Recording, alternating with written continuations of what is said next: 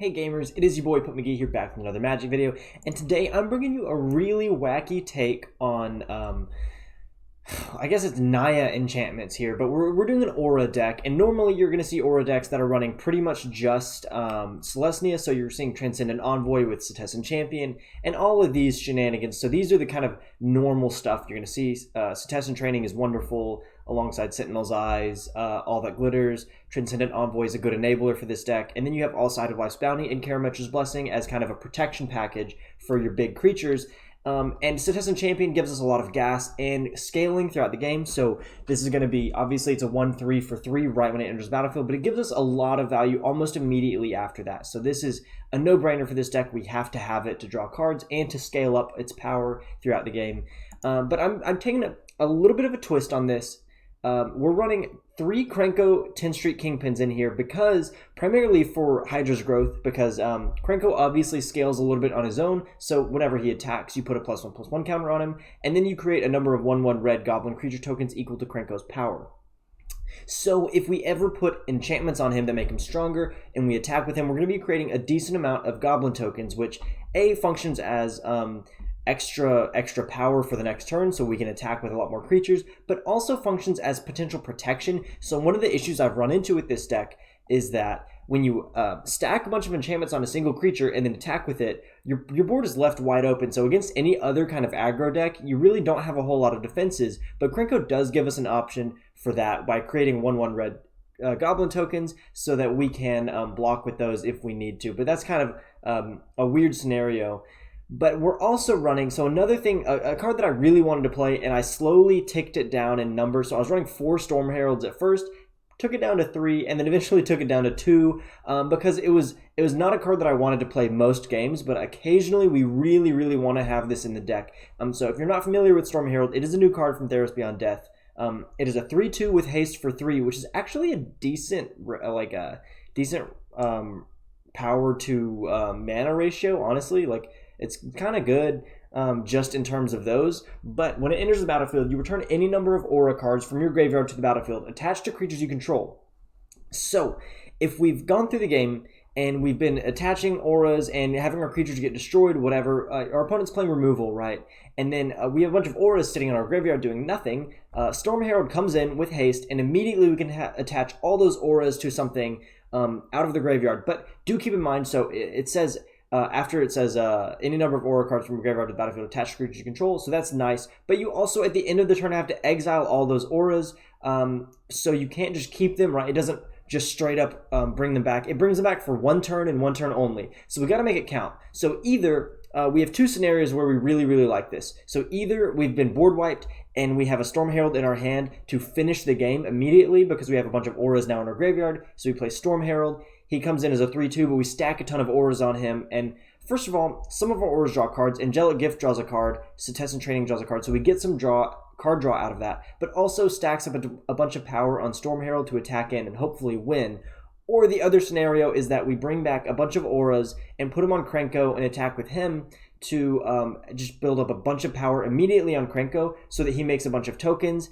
And then we have, of course we have to exile those at the end of the next turn, or the next end step, I mean. But we do have then a bunch of goblin tokens on the field, which is really nice. So either way, however we're using Storm Herald, we're going to want to use it generally to win the game almost immediately, right? Within 1 or 2 turns, because it creates a pretty fragile board state, right? We put a bunch of power on the board, but then we immediately have to exile all that power. So we generally want to win straight up immediately, or to...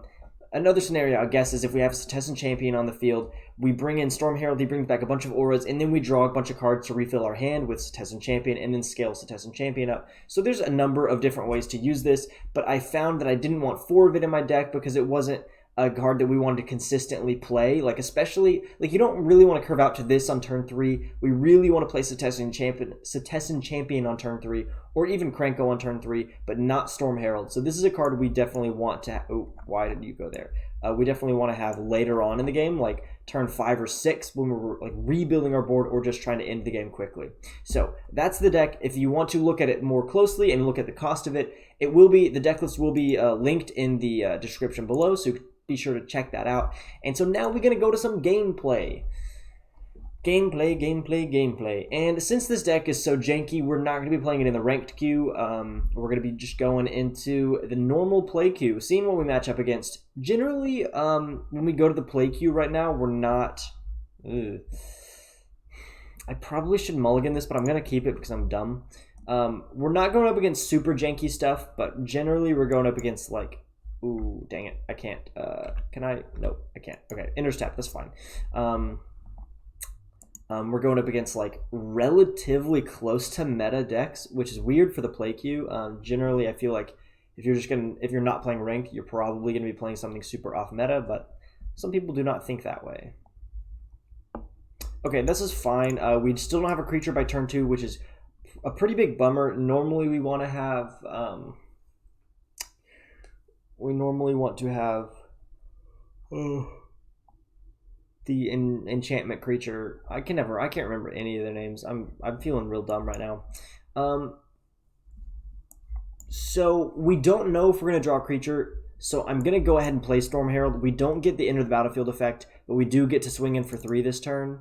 It feels a little bad, but the good news is next turn we do have a target for some of our enchantments that we will definitely be wanting to play.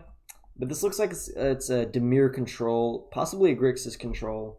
I guess technically it could be Esper, but none of that feels great. We don't really like playing against control decks, especially with a slow start like we just had. Discovery.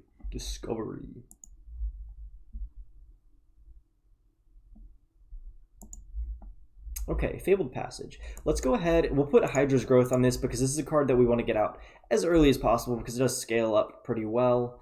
And then I guess I could go Sentinel's Eyes, but it doesn't make a whole lot of sense to start playing a ton of enchantments out on Storm Herald without getting any extra value out of it. So we're just going to attack and let play Stomping Ground tapped.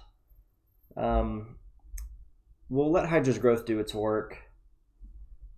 Okay, Tomebound Lich. So this is definitely a Reanimator deck is what we're looking at here. So this could be an issue, except that ooh, yeah, baby. Here we go. Okay, so we'll do this, and I'm going to go use Fabled Passage to go get a Plains out of our deck.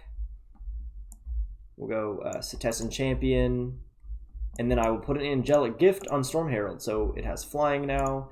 We get to draw 2 cards and put a counter on Setessan Champion. Unfortunately, the bad news is that we do not have a... we don't have a mana up for Karametra's Blessing, so we may suffer from some removal here.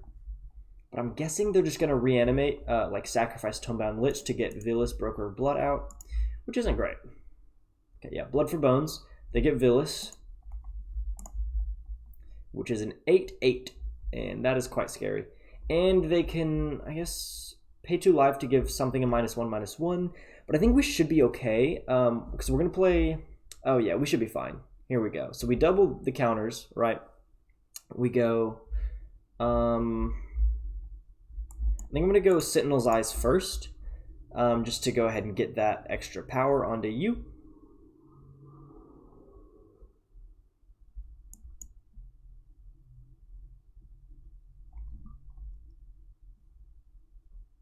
We gotta think about this. I think I'm gonna go ahead and play Alseid of Life's Bounty. I do get to draw a card with Setessan Champion and put another counter on it. I gotta be really careful about what I do with my stuff, you know? So they can give something a -1/-1. But what if I go... Oh, but we have Karametra's Blessing, so we can pretty much totally negate whatever they do. So this is gonna be a counter and a counter, so this will be a 6/8. Yeah, that works. So we do this, and then we can attack with both of our creatures and protect both of them with Karametra's Blessing. So either way, we're going to be fine.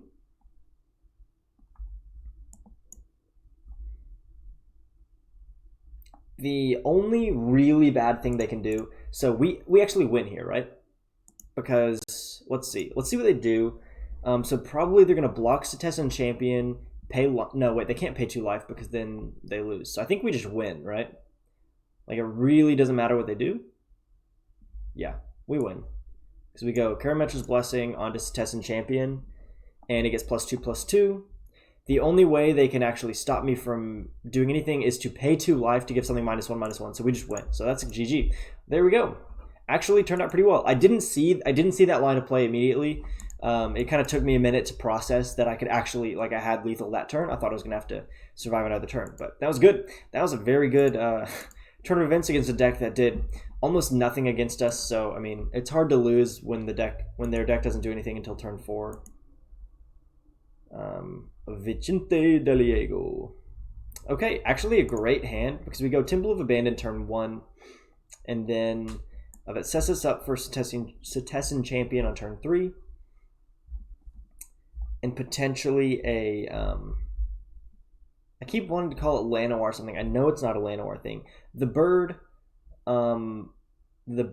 enchantment creature that makes your auras cost 1 less. The thing that I can't think of right now because my brain, you know, I got the brain farts.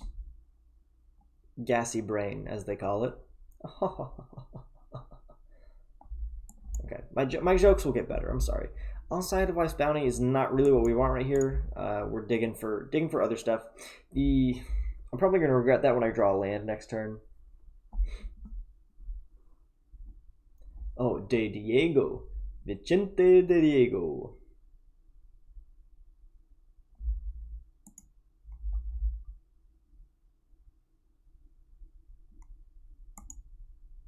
Okay, so let's go Temple Garden here. Just enters tapped because we can't really play anything anyway. This looks like mono blue, which probably means they could have a counterspell here. Okay, no counterspell, but they might be able to bounce this. Mono blue is actually pretty solid against us because we want to stack enchantments on things, and then they can just bounce them. Yeah, they can use unsummon and stuff like that to just bounce our crap. We really don't like that at all. But the good news is we can shock in Sacred Foundry. Another Sacred Foundry. So we shock that in. We go Setessan Champion. This may get countered. And if it does, that sucks pretty bad. But we do have a Krenko to follow it up next turn. Not this turn, of course. And that does not feel very good.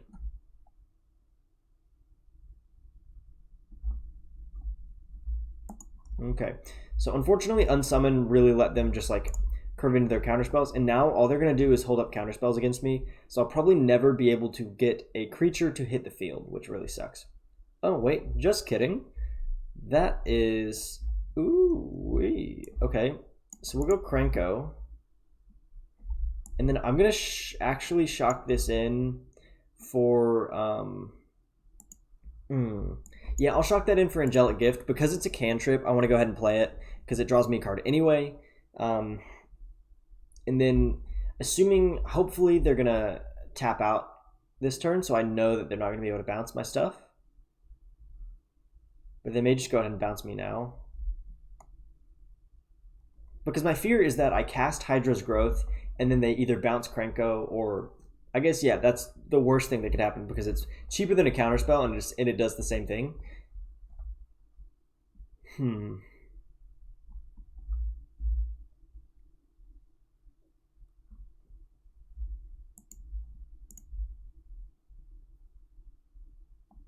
Okay, so they tapped out, which is really actually pretty nice. We have to take the damage here, which is pretty unfortunate. But we get a lot of value out of this turn because we go... Actually, let's go Setessan Training first before Hydra's Growth to see what we draw. I think this is pretty important. Okay, another Hydra's Growth, which is good. So we'll go Hydra's Growth. We want to get as much value out of this turn as possible, even though it's fairly likely they can bounce our stuff. We can actually swing in for 5 here, hold up a blocker potentially, and we create 5 tokens. And we have Storm Herald to follow this up with next turn. So we're all right. We're all right. Okay, Narset. So they probably, what? They tap down Krenko. And they're going to use Narset to look for a bounce spell. So Unsummon would be really unfortunate for us. Okay, they only found another Narset. Or they already have what they need, and they concede. Okay, they didn't find what they needed, and we had a big old Krenko on the field. What more can you ask for? All good, baby. All good. Let's go to a game 3. These have been relatively quick and easy. I assure you this deck is not as good as it is appearing right now, mainly because it's so greedy. We got a real greedy mana base in this bad boy.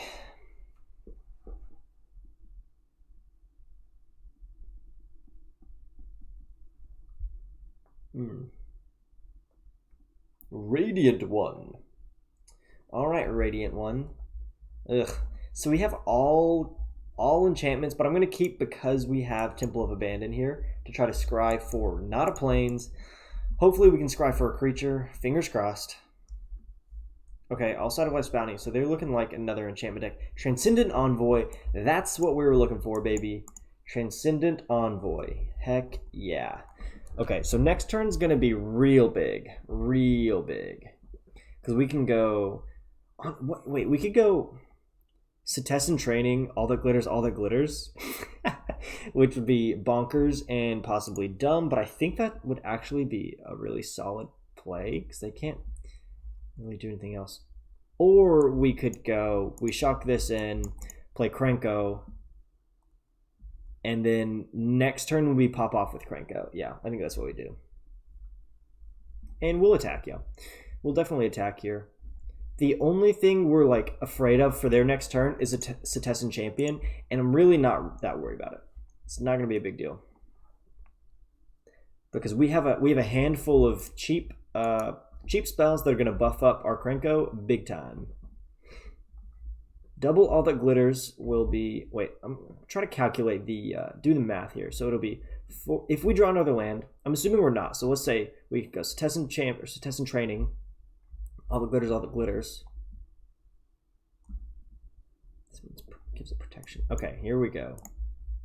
Let's go. Setessan Training.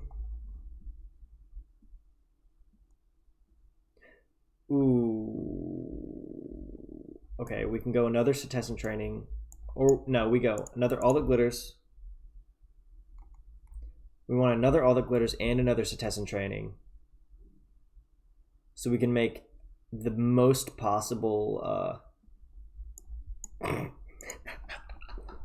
the most possible tokens. This is so dumb because they can't do anything, right? Yeah, they don't have a flicker spell. They just have Alseid of Life's Bounty to give protection to Paradise Druid. So I wish they would have let me actually attack in with that. That was kind of lame opponent. Big bully. Essentially we just went first in that deck, and that's the only reason we were so far ahead. Yeah, that was it. We went first, and they didn't really have a turn 2 play.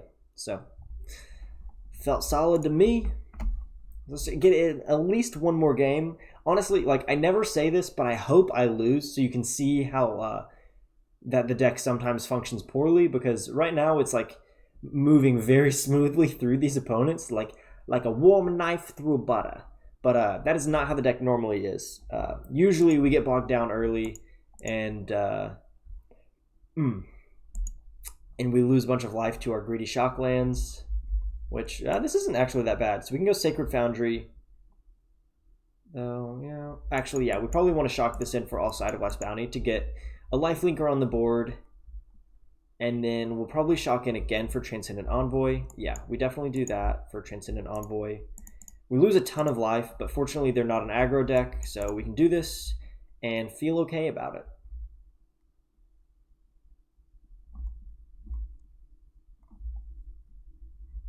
Very, very nice. We can go Setessan Training. We draw a card, so I want to see what we get here. Angelic Gift. It isn't great, but I'll go... Yeah, I'll just go Sentinel's Eyes on... No, actually cancel that.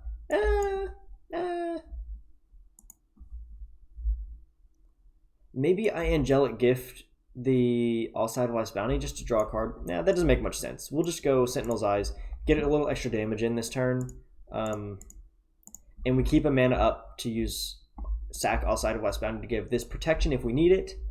So that feels pretty good. Okay, Tomebound Lich. That's actually... Okay, so another Reanimator deck, which... Weird. I feel like every time I play in the play queue consistently, I see a bunch of freaking Reanimator decks. So we got to be careful about what we do here. Okay, so we can shock this bad boy in. We can Angelic Gift Alseid of Life's Bounty, and then we can go... Dang. Bad news is I need to keep mana up to give something protection if they reanimate Agent of Treachery. But we'll attack here. And then I'm just going to play Alseid of Life's Bounty. If I have to go Storm Herald next turn, so be it. It's not the end of the world. Resolve. I'm assuming they have Blood for Bones. Oh, they're going, interesting. They're going Grixis, so they can go Fires of Invention and then Blood for Bones. That's not great. So they go, yep, Agent of Treachery, which they got really lucky. They got to discard an Agent of Treachery. So they try to steal Transcendent Envoy, and we'll sack this Alseid of Life's Bounty, give this protection from blue.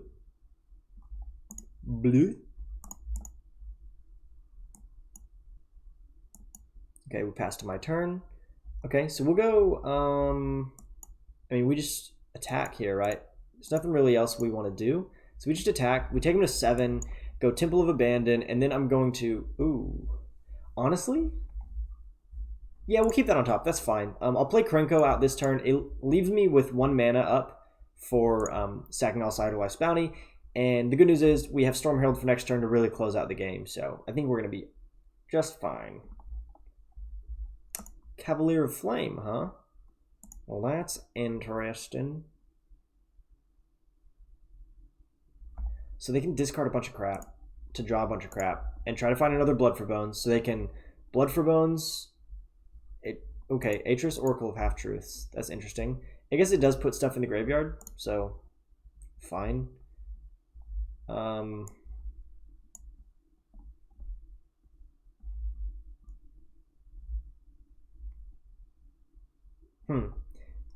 Neither of this feels good. Like, I'd rather them put this in their hand than anything. Actually, I want them to put this in their hand because they can't play it. So I need it to go to their hand. Whoa, wait. I want to make sure I read this right. Separates them into face down pile and a face up pile. Put one pile into your hand and the other into your graveyard. Oh, so they can do either into the graveyard. So we need to separate them so they can't put both in the graveyard. It's not great, but I know they can't Blood for Bones this turn. Okay, they can give stuff haste and hurt me a lot. Okay, pass 2 attackers. Here's what we do. Check this out. So if they attack with Cavalier Flame, which I think they're going to do, we can block with Krenko, sacrifice Alseid of Life's Bounty to give it protection from red.